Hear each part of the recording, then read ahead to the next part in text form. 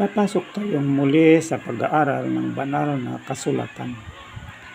At ang pag-aaralan natin ngayon ay tungkol sa mga pinili ng Panginoon, ang mga banal.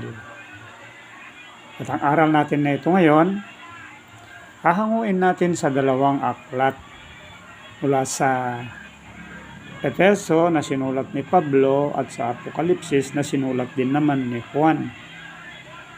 At umpisan natin sa libro ng Efeso. Sa Kapitulo 1, umpisan natin sa verse 1 hanggang verse 4. Ang una niyang binanggit, pagbati. Si Pablo, apostol ni Kristo Jesus, sa pamamagitan ng kalooban ng Diyos sa mga banal na nasa Efeso at sa mga sumasampalataya kay Kristo Jesus. So ang binabati ngayon ni Pablo ay ang mga banal mula sa kalooban ng Diyos. Mga banal na ito, mga taga-Efeso, ang kanyang sulat ay ipinadala niya sa taga-Efeso. So dito,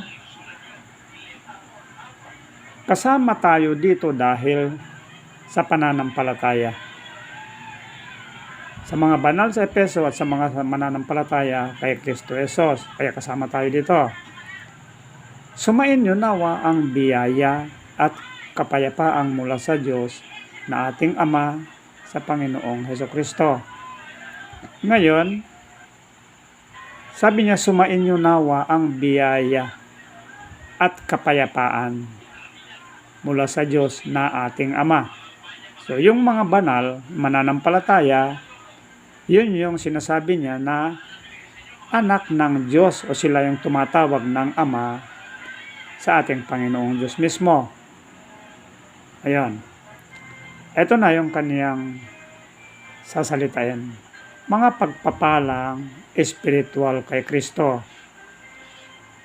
Purihin nawa ang Diyos at Ama ng ating Panginoong Hesus, na siyang nagpapala sa atin kay Kristo ng bawat pagpapalang espiritual sa sangkalangitan. Ngayon, dito, ang maaaring pumuri lamang sa Diyos ay walang iba kundi yung mga banal na sumasampalataya sa ating Panginoong Hesus. At sila din yung pinagkalooban niya ng pagpapalang espiritual sa sangkalangitan. So, dito, ang maaari lamang tumanggap ng pagpapalang espiritual mula sa sangkalangitan, walang iba kung hindi ang mga banal na sumasampalataya kay Kristo Jesus. Verse 4. Ayon sa pagkapili niya sa atin at sa Kanya, bago itinatag ang sanlibutan. Ito yung nakakamangha dahil bago pa man itinatag ang sanlibutan, may pinili na siya. May pinili na siya na para sa Kanya. At ito yung mga banal, nakita na niya na sa buong sanlibutan, sa kapanahonan ng daigdig, sa lahat ng mga tao na mabubuhay dito sa mundo, nakita na niya ang mga banal, yung mga sumasampalataya kay Kristo Jesus. Ito yung kanyang pinili bago pa man itinatag ang sanlibutan, upang tayo'y maging banal at walang dungis. Ito yung sinabi niya. Ang pinili niya na mga banal, yung mga walang dungis sa harapan niya sa pag-ibig. At ito yung napakaganda dahil ito ang bibigyan din ng linaw ni Juan kung paano niya ipapaliwanag naman sino ba yung mga banal, sino ba yung mga sumasampalataya, sino ba yung mga pinili niya, no? Ito yung dadagdagan din naman ni Juan upang lalo nating maunawaan ang sinasabi ni Pablo ito. Kaya punta tayo sa libro ng Apokalipsis. Mula sa chapter 14 ng Apokalipsis verse 12. Ito naman ang pahayag ni Juan. narito ang panawagan para sa pagtitiis ng mga banal. So sinalita na ito ni Pablo, mga banal, sa mga tumutupad sa mga utos ng Diyos. Malinaw itong sinabi ni Juan, ang mga banal, sila yung mga tumutupad sa mga utos ng Diyos at hindi lamang sa pagtupad. At humahawak ng matatag sa pananampalataya ni Jesus. So ito ngayon, nilinaw na ni Juan na yung pinili ng Diyos mula pa bago itatag ang sanlibutan na tinawag niyang mga banal, sila pala itong mga may pagtitiis, no? May pagtitiis para sa pagtitiis ng mga banal sa mga tumutupad sa mga utos ng Diyos. At dito na humahawak ng matatag sa pananampalataya ni Jesus. Dito niliwanag ni Juan na ang pananampalataya at pagtupad sa mga utos ng Diyos hindi pwedeng maghiwalay. Dahil ito ang uri ng buhay ng mga banal. Nagtitiis sila, no? Mga banal, mapagtiis sila sa pagtupad sa mga utos ng Diyos na taglay nila ang pananampalataya ni Jesus. Kaya malinaw, napakaganda yung pagpapaliwanag ni Pablo at ni Juan upang maunawaan natin ang kanilang ibig ipaliwanag sa banal at sa mga tinawag ng Diyos. Kung magkagayon, malinaw na ang ating Panginoong Diyos mismo na ating Ama dapat nating purihin at sambahin pagkat siyang nagbibigay sa atin ng bawat pagpapalang espiritual. Itong espiritual na ito, buhat lamang sa kalangitan talaga. Itong espiritual na pagpapala. At itong spiritual na pagpapalang ito ay ibinibigay lamang niya sa kanyang mga pinili. Pinili niya bago itinatag ang sanglibutan. Upang, sabi na dito, tayo'y maging banal. So, ang mga banal, walang dungis talaga.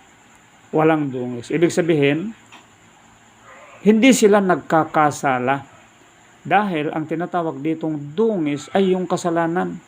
At ang kasalanan ay ang pagsalansang sa kautusan niya.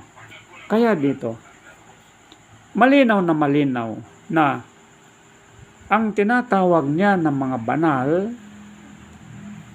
na pinili niya bago itatag ang sanlibutan, sila yung mga sumasampalataya sa ating Panginoong Hesus. So dito ngayon, walang kaduda-duda, no, na ang Seventh-day Adventist, sila na lamang ang natitira na nabubuhay sang-ayon dito sa paliwanag ni Juan. Ito, narito ang panawagan para sa pagtitiis ng mga banal. Ngayon, ang mga banal na mapagtiis walang iba kundi yung mga tumutupad sa mga utos ng Diyos at sumasampalataya sa ating Panginoong Hesus. Dito makikilala natin na malinaw na walang iba kundi ang Seventh-day Adventist. Sapagkat sila na lamang ang natitirang grupo o relihiyon na tumutupad sa mga utos ng Diyos at humahawak ng matatag sa pananampalataya ni Jesus. Ito dapat na maunawaan natin. Sa atin mga Seventh-day Adventist, mapapalad tayo sapagkat nakikilala natin na tayo yung tinatawag ng mga banal sa pamagitan ng ating pananampalataya sa ating Panginoong Jesucristo. Tayo yung binibigyan ng biyaya at kapayapaan mula sa Diyos na ating Ama. Ito si Seventh-day Adventist. Kaya nga ang Seventh-day Adventist siyang pumupuri ng matapat sa ating Panginoong Diyos. Siya lamang. At siya rin, ang Seventh-day Adventist, ang pinagkakalooban ng Panginoon Diyos ng pagpapalang espiritual sa sangkalangitan.